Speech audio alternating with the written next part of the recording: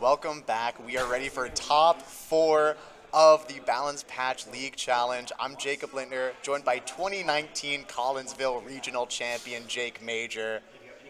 That's me. We are in for a doozy here in top four. We have a team we haven't seen yet on stream, one of the last remaining team here in this tournament that we haven't featured on stream True. already, as well The as last at this point. the last at this point, and one that we have seen, and I think we can just ride into it with Adam's team. It's going to be, I think what we would all call a relatively standard, at least beginning of the team, with the Annihilate and the Mousehold. He does have the Murkrow for the Tailwind option and Hydreigon to beat, a lot of the ghost types that the Annihilate just can't hit with its Strain Punches. Yeah, if you make this Primarina Sylveon, I 100% believe you that this is straight pulled from Regulation A. Oh, absolutely. Well over a year ago at this point. This is pretty tried and true stuff. You got your Draco Meteor, you got your Make It Rain, you got your Haze, boom. It handles Dondozo, it handles your own Pokemon. You have the tried and true Mouse Ape of Mousehold and Annihilate, of course. And then Primarina is, the new Sylveon, the new hotness, with that water typing so valuable as an addition to Fairy type. Allows you to hit those fire types, prevents as much damage from incoming steel types. Just all around good stuff's team with speed control, everything. I like this team. I love this team. No complaints. I wish I could agree. I think we can be, a little bit vulnerable here. I'm just not a fan of Annihilate and Mousehold in this format, and I think Murkrow is just outclassed by a lot of the other Tailwind setters. Mm-hmm. I do think, though, that all these pieces work incredibly well together. I think the one very interesting thing is the Focus Sash on this Mousehold as opposed to something like the Safety Goggles, which Yes. is a little bit more common in this format, especially with a Moongus running around. But really, not that many Amoonguses in the format, and especially here today. I believe out of the 32 teams, there were only 3 Amoonguses that were present at today's tournament. So don't really need the Safety Goggles, and especially not in this matchup, as we're going to transition over to Elena's side. No Amoongus here, so that Focus Sash, you're going to get a lot of value against these very, very strong, burst-damaging Pokemon that Elena has. Yeah, so Elena has a great core of Pokemon here. It's leaning less into the heavy, I am running Rain, I have my Archaladon, like we saw with With Anthony? with Anthony, correct, thank you, running the team that Nagisa had at VR, running Pelipper, Archaladon, King Gambit, Basket Legion, Golden Go. Salamence. Yeah, just really heavy on that Rain. And Elena dialing it back a little bit, saying, all right, I got my Pelipper, I got my Basket Legion, I got my Archaladon. Let me round this out. I have Ursaluna Blood Moon to cover a lot of things that Archaladon maybe not be able to hit as hard. And then Rillaboom and Incineroar, just those tried and true balanced Pokemon. So a little more of a balancy take on this very, very offensive team. Yes, and I love that finish for this team. If you are just clicking Fake Out and Parting Shot a million times per game, I think in this matchup, that is absolutely in Elena's favor. If she's able to, force the Annihilate to Terra so that she can fake it out, those positions. But the things that I really like here are the Protect on the Rillaboom. Lets you keep that Pokemon on the field a lot more often.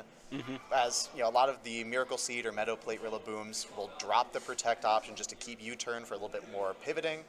But in this team, you really just need the Rillaboom to be offensive and to do damage. You don't need your Rillaboom to pivot around and be the super, super balancy piece as possible. You can just get it in Tailwind and start clicking your Miracle Seed Woodhammers. Yeah, I didn't really look at it that way. Normally on this kind of team, I would look at Rillaboom as that pivot, being able to have Incineroar as a pivot, being able to switch in your Pelipper in order to maybe get it on the field for something quickly without forcing a switch could be good, but I do like that approach as this more offensive Rillaboom. Yeah, that's something that we've seen a lot throughout today and just this format in general is a lot of supportive pieces gearing a little bit more offensive, and maybe some more offensive pieces that have some more supportive options. Neither of those on the board here. These are just offensive pieces doing offense with the Life Orb Hydreigon, the Choice Specs Golden Goat, the Mystic Water Basket Legion, and a Pelipper in the rain. Yeah, so we see Elena start off with that Pelipper and the Basket Legion. That Basket Legion not carrying the Choice Band as we've seen so commonly. So able to switch up its moves and actually going to go for the Terastallization into a Terra Water this turn. Going to be able to avoid the super effective damage from Golden Go's Shadow Ball and Hydreigon's Dark Pulse as Primarina switches in very smartly for Adam. He's not going to be able to, or she's not going to be able to do nearly as much damage into that Primarina. Being able to do still a lot, but not enough, as the Dark Pulse into the Basket Legion is going to do about 50%. After all that recoil, going to be considerable. Hurricane coming out onto the Hydreigon, doing respectable damage. And I want to point out that that switch out of Golden Go was absolutely perfect. I mean, nothing wanted to take a Rain boosted, Mystic Water boosted, and now Terastal boosted Wave Crash, but Primarina was the thing that wasn't going to get knocked out. Yeah, but it is tough whenever your perfect switch-in is left at 19 HP after turn 1. And I think not picking up that KO is actually pretty fine for Elena here. But prior to the Protect, she had a pretty good position where she could just click the Wave Crash into this Hydreigon, a Hurricane into Primarina, assuming you're faster with both, which you likely are, and you just take 2 KOs this turn. Yep. The Protects, though, come out. We saw the Hydreigon, the Primarina, and this Basket Legion all Protect.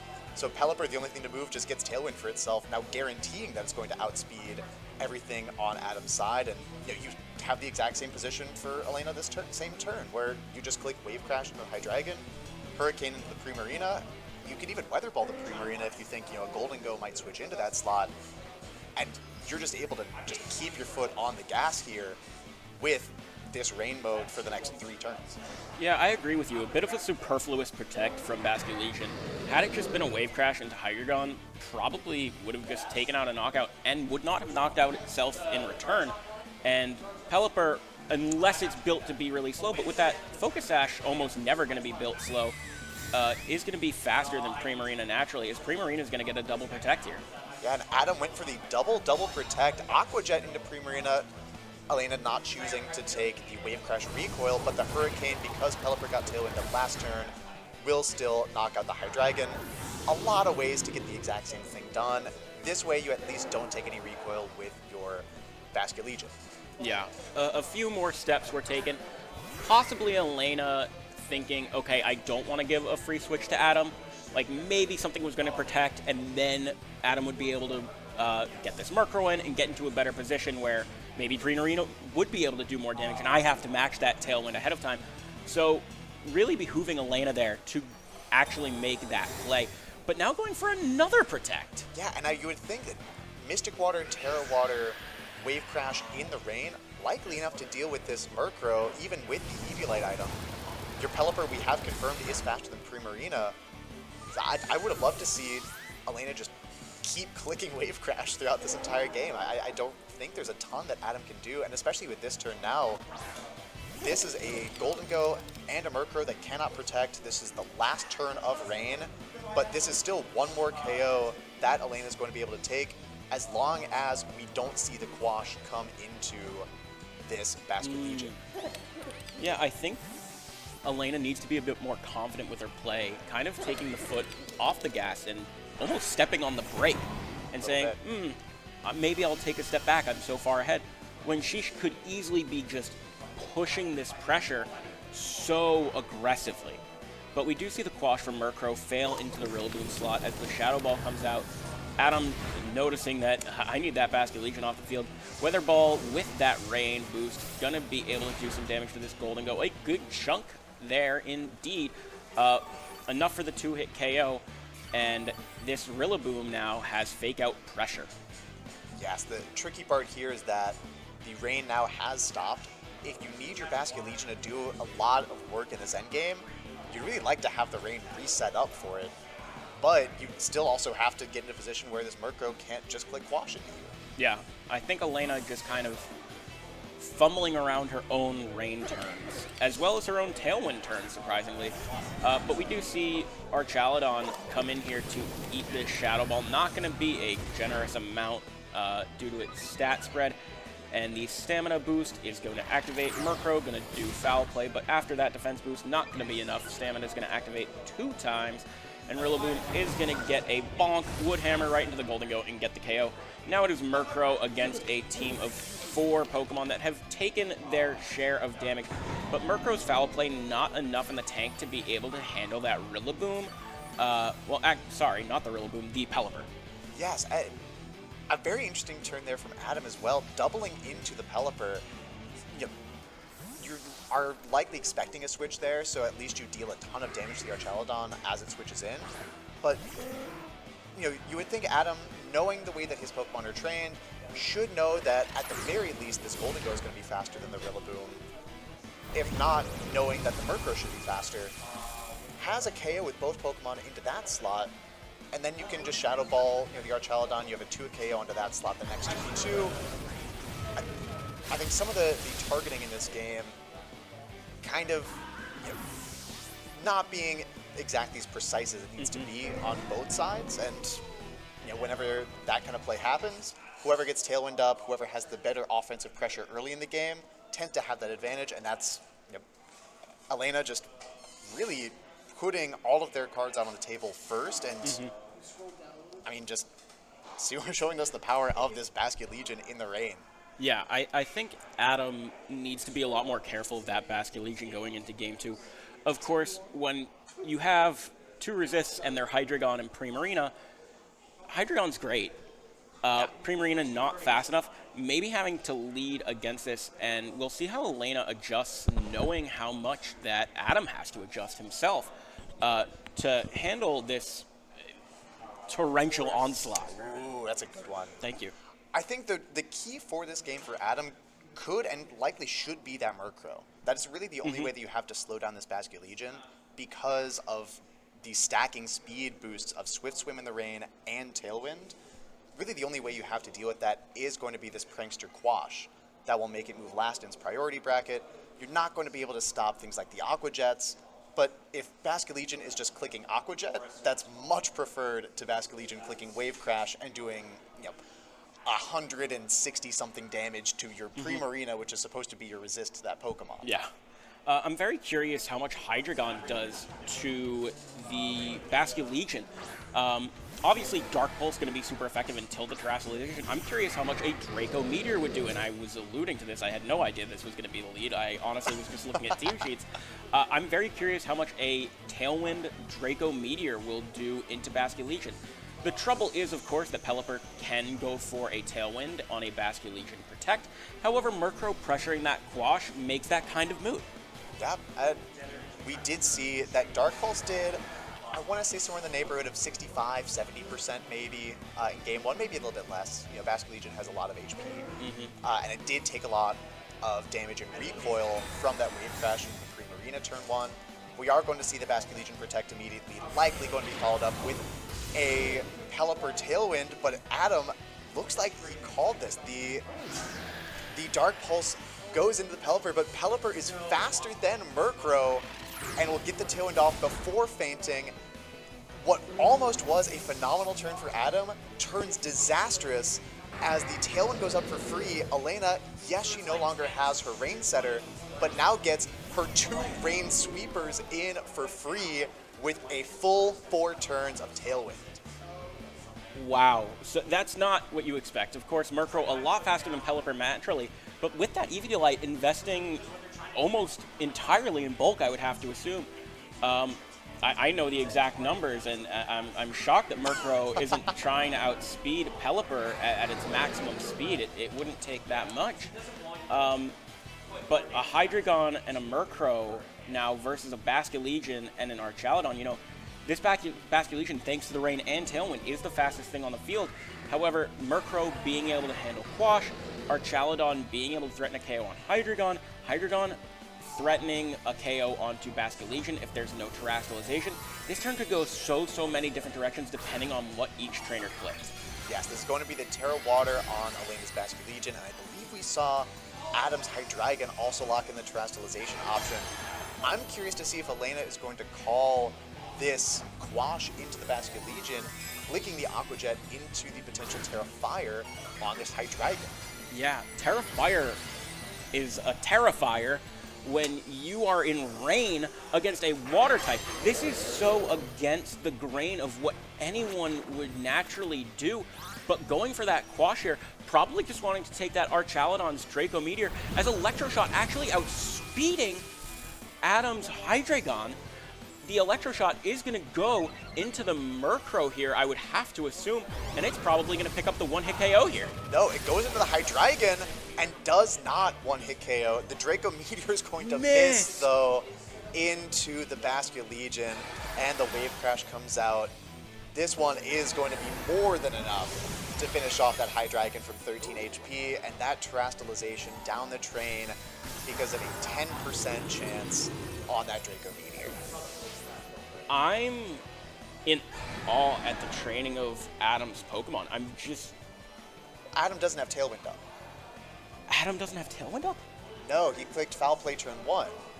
That's why you're confused. Tailwind yes, up. I was like, the Archaludon and Tailwind is absolutely going to be faster than the Hydreigon. I saw you look at me and I was like, what?